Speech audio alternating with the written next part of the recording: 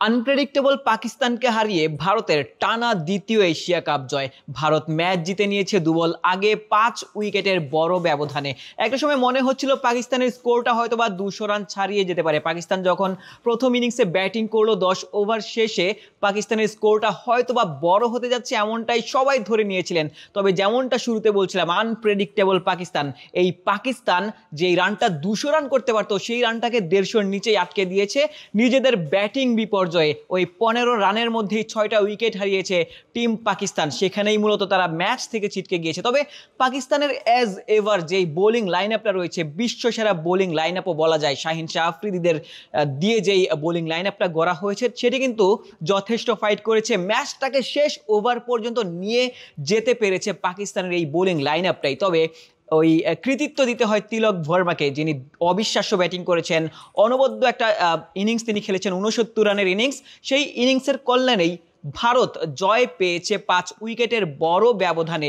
তিলক ভার্মা অবিশ্বাস্য ব্যাটিং করেছেন। যখন তার আশেপাশে উইকেট পড়ছিল একের পর এক উইকেট, তখন কিন্তু তিনি একাই এক প্রান্ত থেকে প্রতিপক্ষ বোলারদের আক্রমণ করছিলেন। তিনি এক্সট্রিম মশার কয়েল প্ল্যান্ট ফাইবার দিয়ে তৈরি, তাই সহজে ভাঙে না, সুগন্ধিযুক্ত ও নিরবিচ্ছিন্নভাবে জ্বলে। ডেঙ্গু, চিকুনগুনিয়া বাহি সহ যে কোনো মশার বিরুদ্ধে দেয় এক্সট্রিম সুরক্ষা। শিবম দুবেকে নিয়ে ম্যাচটাকে শেষ পর্যন্ত নিয়ে গিয়েছেন। দুজন মিলে অনবদ্য একটা পার্টনারশিপ করেছেন। তবে শেষ দিকে বলতেই হয় সেই তিলক ভার্মার কথা, যিনি ভারতীয়দের এই ম্যাচটা একা হাতে জিতিয়েছেন বলাই যায়। শিবম দুবেও দারুণ একটা ইনিংস খেলেছেন, হয়তোবা ওই 30 রানের একটা ইনিংস শিবম দুবে খেলেছেন এবং সেখানটাতেই ভারত জিতে গিয়েছে। টানা দ্বিতীয়বারের মতো এশিয়া কাপ জিতে নিয়েছে তারা ওই ট্রফিটা উঁচিয়ে ধরবে। গৌতম গম্ভীর, যিনি আসলে ভারতের কোচ হিসেবে প্রথমবারের মতো এশিয়া কাপ জিতলেন।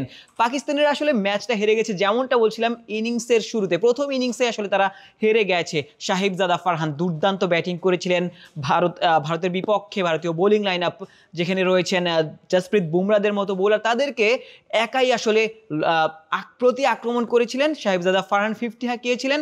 তবে যখন তিনি আউট হয়েছেন, যখন ওই ফাখার জামান আউট হয়েছেন, তারপরই কিন্তু আসলে পাকিস্তান ম্যাচ থেকে ছিটকে গিয়েছে।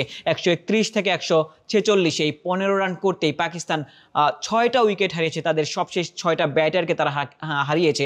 62 রানের মধ্যে তারা 10 উইকেট হারিয়েছে এবং সেখানটাতেই তারা ম্যাচ থেকে ছিটকে গিয়েছে। এশিয়া কাপের ফাইনালের মঞ্চটা ছিল প্রস্তুত। এশিয়া কাপে পাকিস্তান হয়তোবা চ্যাম্পিয়ন হতে পারত যদি তারা যেই ছন্দে ব্যাটিংটা শুরু করেছিল সেই ছন্দে আসলে শেষ করতে পারত। 180 কিংবা 90 রান যদি তারা করতে পারতো। তাদের বোলিং লাইন আপটা ছিল বিশ্বসেরাদের একটা লাইন আপ এবং সেখানটাতে তারা আসলে আরও একবার দেখিয়েছে কেন তাদের বোলিং লাইন আপটাকে সেরা বলা হয়ে থাকে। 146 রানের টার্গেট ছিল, সেই রানটাকে তারা অনেকটাই আসলে লড়াই করেছে শেষ পর্যন্ত, শেষ ওভার পর্যন্ত তারা নিয়ে গিয়েছে। 2 বল আগে অবশ্য ভারত জিতে নিয়েছে। তাদের ওই এক্সপিরিয়েন্সে, বড় মঞ্চে ভালো খেলার যে এক্সপিরিয়েন্স রয়েছে, সেই এক্সপিরিয়েন্সে মূলত ভারত ম্যাচটা জিতে নিল।